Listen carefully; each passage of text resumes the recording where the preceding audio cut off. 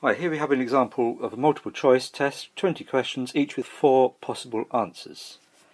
So, students gets 9 out of 20. What happens if they're guessing? So, we've got x is the number of correct answers. It's a binomial distribution, and it belongs to that binomial distribution. So the null hypothesis, the boring hypothesis, is it's just all guesswork. But the exciting, interesting hypothesis, the alternative hypothesis, is that p is greater than 0.25. The question says, can we be confident the student has a higher chance of getting a question right? So in this case, it's a one-tailed test, and our significance level doesn't actually say it, but we're going to have the significance level to be 5%.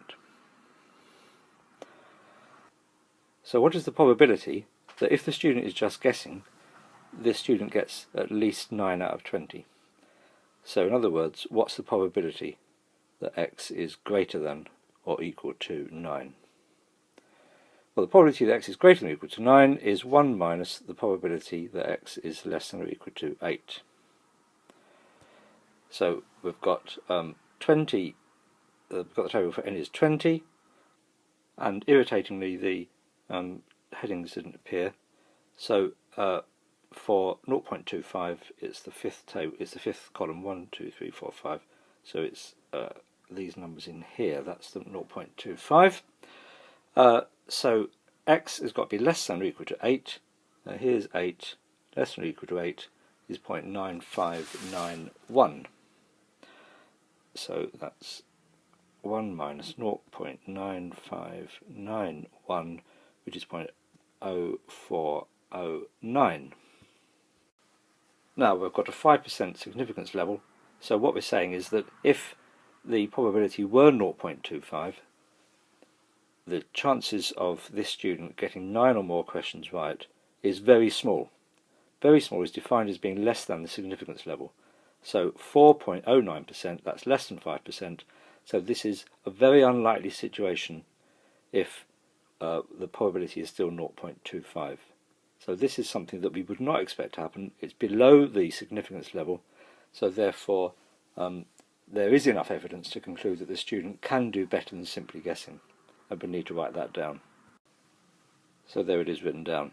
So the key things are here, we defined the distribution, we said what the null hypothesis was, and we stated that in terms of the parameter.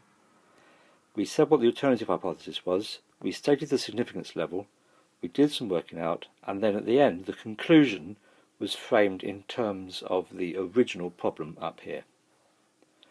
We assumed H0 was true, and we had a one-tailed test because it says the student has a higher chance of getting a question right.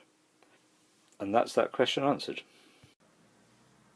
Now we've got a similar example, but with some differences. So 35% of journeys are made by car, a survey 40 of its employees, 5% level of significance. The test is the proportion of employees that drive, is it different from other companies in the region? So, do what we normally do. X is the number of people that drive, it's a binomial distribution. We've got 40 employees, and our null hypothesis is that P is 0.35, and the alternative hypothesis, the exciting one, is that it's not 0.35. So we're not saying is it greater than or less than, we're saying it's just not 0.35. So because of that, it's a two-tailed test, and they tell you that anyway here. The size of each tail, so there's a two-tailed test, so each tail has got to be 2.5%. The questions asked to find the critical region and the significance level of this test. So what we need to do is we need to find the number that is going to be as close as possible to 2.5%.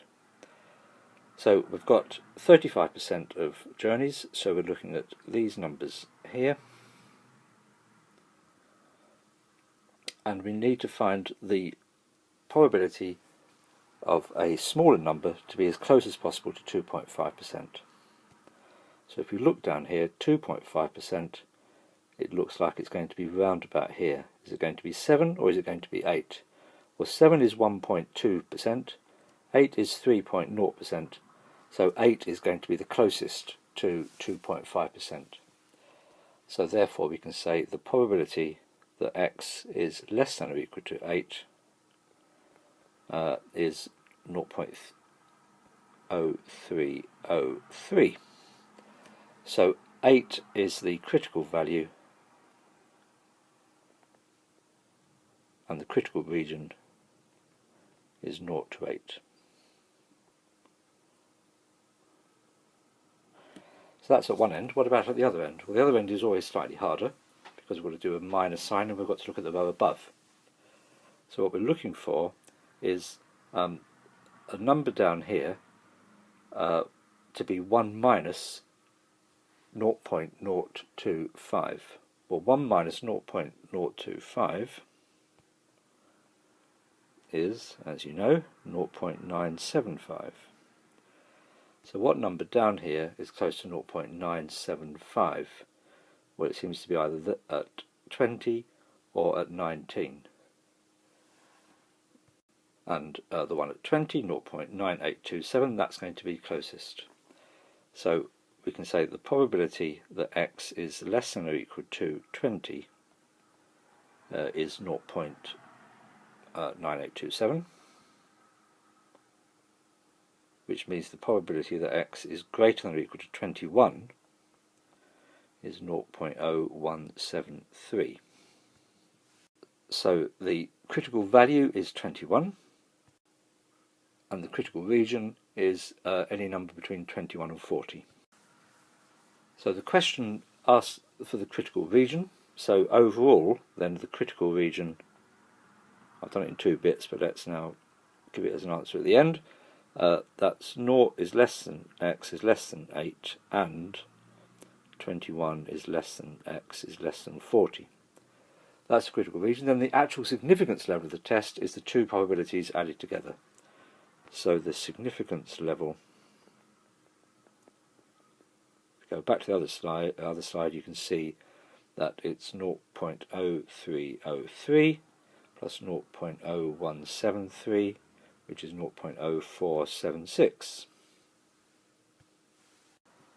Now, what if the question had said it is found that 9 employees drive to work, what conclusions can be drawn? Well, 9 is not in the critical region.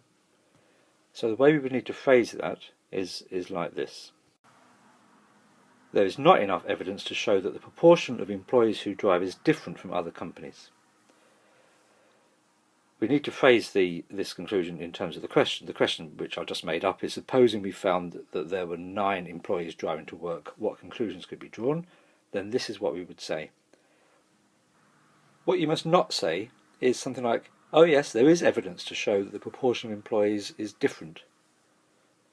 We can't say that the alternative hypothesis is true, but we can say that there's evidence to show the null hypothesis may be false. You need to get that phrasing right. Either you can reject the null hypothesis, or you can say there's not enough evidence to reject the null hypothesis. We can't categorically state that the alternative hypothesis is true. We can only talk about the null hypothesis. We could either reject it, or we can say there's not enough evidence to reject it.